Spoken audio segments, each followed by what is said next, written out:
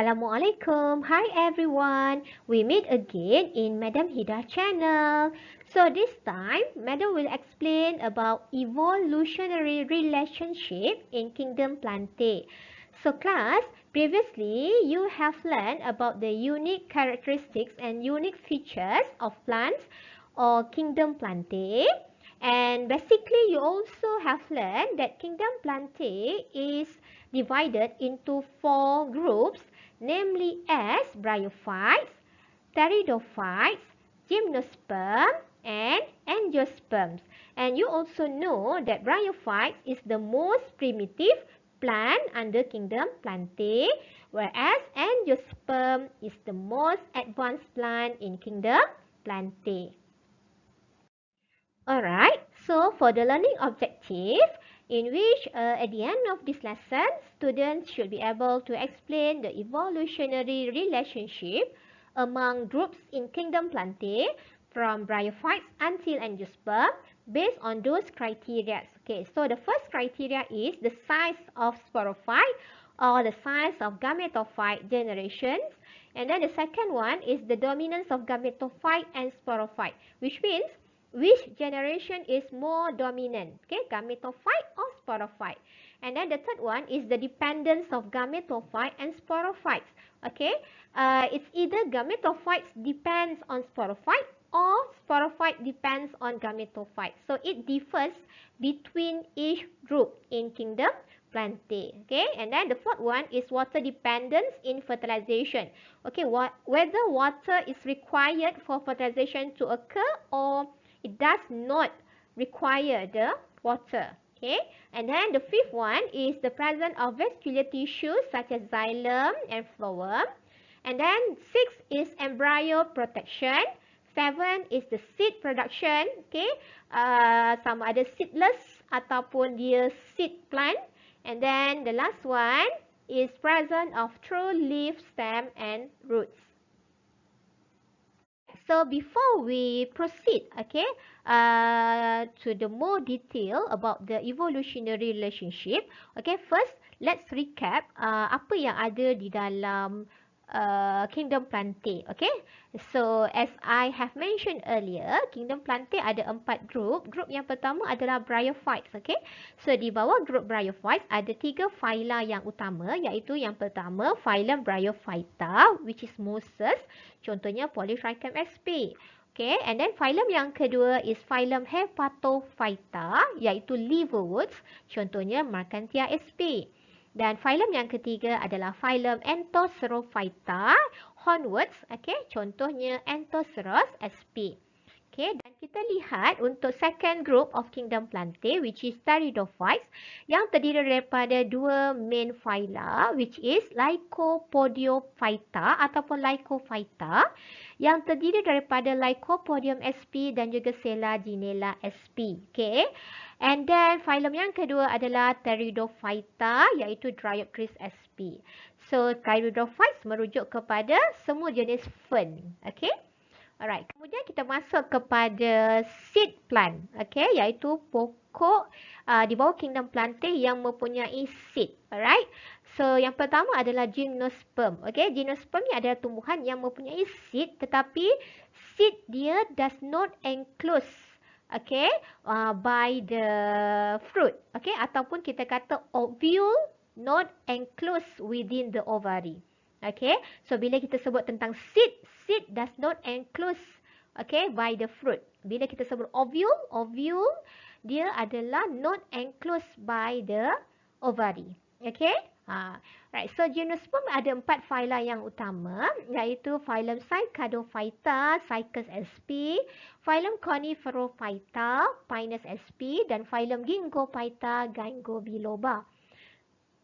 Dan yang keempat adalah phylum Gnetophyta, iaitu Gnetum sp. Okay.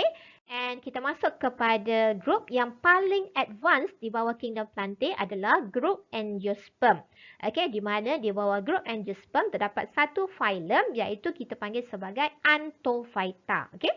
So as you all know, Angiosperm adalah semua non-flowering plant, pokok yang berbunga. Dia berbeza dengan gymnosperm, okay? Sebab gymnosperm non-flowering plant, tapi angiosperm dia berbunga. Okay? Sebab itulah angiosperm ni juga adalah seed plant, okay? Di mana seed dia enclosed by the fruit, okay? Ada di dalam buah, ataupun ovule dia enclosed by the ovary. Okay? Dia ada ovary, okay? Which later ovary tu akan develop membentuk buah. Okay, dan ovule develop membentuk seed.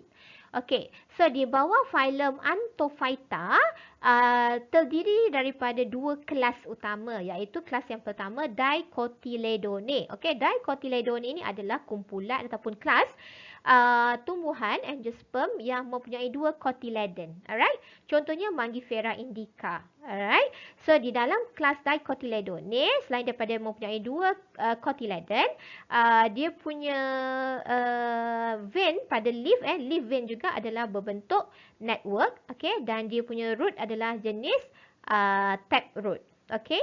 Whereas untuk kelas yang kedua adalah kelas Monocotyledone, okay, di mana kelas ini contohnya adalah Zimys dan juga any other grasses lah, contohnya wheat plant dan sebagainya, okay.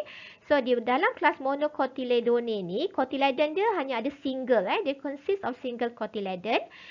Dan kalau kita lihat dari segi struktur daun dia lebih kepada parallel vein, okay. Dan juga akar dia, root dia adalah jenis fibrous root. Okay. Alright. So for next, we proceed to the evolutionary relationship. Okay. Between each group in kingdom Plantae, from bryophytes until angiosperm. Alright. So for the first criteria, which is the size of plant, for bryophytes, the size of sporophyte is smaller than gametophyte. And for pteridophytes, the size of sporophytes is larger than gametophyte. For gymnosperm and angiosperm, both sporophyte generation, the size of plant is larger and the gametophyte structure is reduced in gymnosperm and angiosperm. Alright, for the next criteria is dominance of gametophyte and sporophyte generation. For bryophytes, the gametophyte generation is dominant over sporophyte generation. Alright class, when we discuss about the dominance of the generation, okay, one generation is said to be dominant depending on the certain criteria. Okay, the first one is the size of the generation. Okay, which means kalau size generasi itu ataupun gametophyte generation itu lebih besar, alright? So maksudnya dia lebih dominan. Okay, which means kalau gametophyte generation itu dominant, the size of the generation tu is larger, lebih besar, dan structure dia lebih prominent dan obviously seen. Okay, lebih jelas dan lebih mudah dilihat. Okay. And then yang kedua adalah berdasarkan kepada life cycle. Okay, within that the plant life cycle, okay, dia akan spend most of the time within the life cycle itu dalam bentuk gametophyte generation. Okay, kalau sporophyte generation yang dominant, so most of the time dalam life cycle dia akan spend dalam bentuk sporophyte generation. Okay, and then yang ketiga adalah dari segi ability untuk synthesize the food. Okay, so kalau gametophyte generation itu dominant, which means gametophyte generation tu able untuk synthesize the food. Kalau sporophyte generation pula yang sebaliknya. Alright. So itu adalah kriteria yang menunjukkan bahawa sesuatu generation itu dominant ataupun tidak dominant. Alright. And then kalau kita lihat untuk pteridophytes, okay, kedua-dua gametophyte dan juga sporophyte adalah sama-sama tidak bergantung antara satu sama lain. Alright. So, dia bertindak sebagai independent, which means gametophyte dia boleh produce makanan dia sendiri, sporophyte juga boleh produce makanan dia sendiri. So, tak ada yang dominant antara satu sama lain, right? In pteridophytes. Whereas untuk gymnosperm dengan angiosperm, kedua-duanya mempunyai structure sporophyte yang prominent, yang lebih besar. Jadi, sporophyte generation dia adalah lebih dominant, okay, berbanding gametophyte, okay. And then dari segi dependence of gametophyte dan juga sporophyte, for bryophytes, since dia punya gametophyte adalah yang dominant, jadi sporophyte akan depends on gametophyte in term of dia punya support, in term of dia punya food, nutrient dan sebagainya. Okay, and then untuk pteridophyte, disebabkan tak ada yang dominant antara satu sama lain, jadi sporophyte adalah independent dan gametophyte juga tidak bergantung kepada sporophyte. Okay, and then untuk gymnosperm dan juga angiosperm, both gametophytes depends kepada sporophyte. Okay. And then seterusnya dari segi water dependence in fertilization. Okay, untuk bryophytes, dia fully depend on water for fertilization. Okay. Previously kita recap balik, dalam bryophytes kita ada anthrozoid, iaitu flagellated sperm. Okay, yang dihasilkan di dalam antheridium. Okay, which is the male gametangia. So, flagellated sperm perlukan air untuk dia swim. Okay, swim untuk sampai kepada archegonium. Okay. Kenapa dia nak masuk ke archegonium? Because oosphere ataupun egg itu ada di dalam archegonium. So, dia perlukan air untuk bantu dia bergerak. Untuk bantu dia beating flagella supaya dia boleh sampai ke dalam archegonium. Untuk fertilize dengan oosphere. Okay, whereas untuk pteridophyte, dia bukan fully depend, dia just need water untuk fertilization. Okay, sebab tu most of pteridophyte dia hidup dekat kawasan yang damp dan juga shaded area. Okay, untuk gymnosperm dan angiosperm, okay, dia mempunyai non-motile sperm. Maksudnya sperm dia tidak boleh bergerak. Jadi dia tidak perlukan air untuk fertilization. Okay, however, dalam gymnosperm dan juga angiosperm, okay, since dia mempunyai seed, jadi kriteria seed itu akan mempengaruhi proses pollination. Okay, sebab dia memerlukan pollinator ataupun pollinating agent. Okay, untuk gymnosperm, memandangkan dia punya seed adalah lebih ringan, lighter dan juga ada wing. Jadi, pollinating agent dia mostly adalah wind. Okay, whereas untuk angiosperm, sebab dia present of flower as reproductive organ, so flower tu dia ada bright colours, okay, fragrant smell, okay.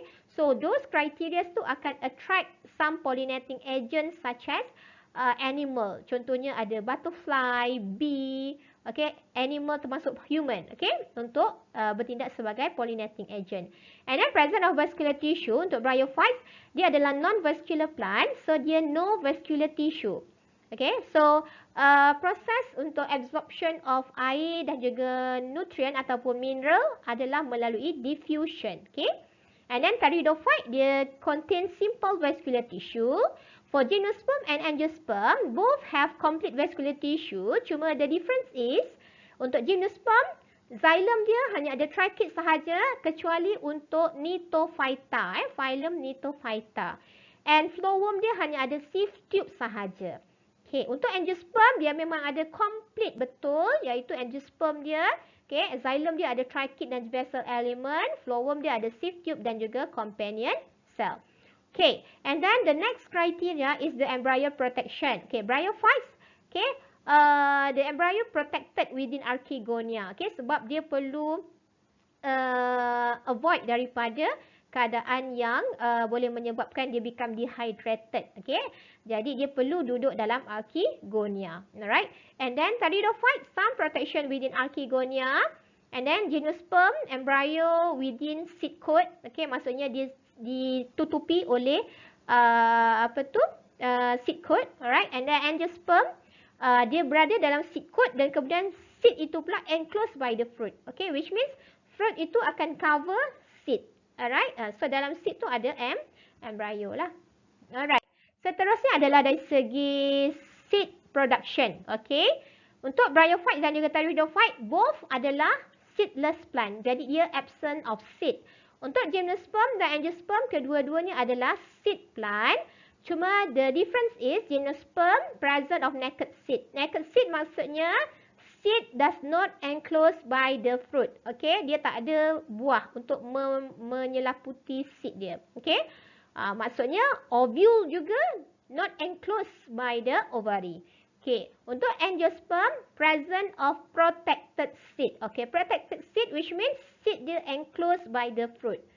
Okay, which means dia punya ovule juga enclosed ataupun protected by the ovary. Okay, And then the last one is presence of true leaf, stem and roots. Okay, untuk bryophytes, dia tak ada true leaf, tak ada true stem, tak ada true roots. Okay, tapi dia ada satu body structure yang kita panggil sebagai thallus.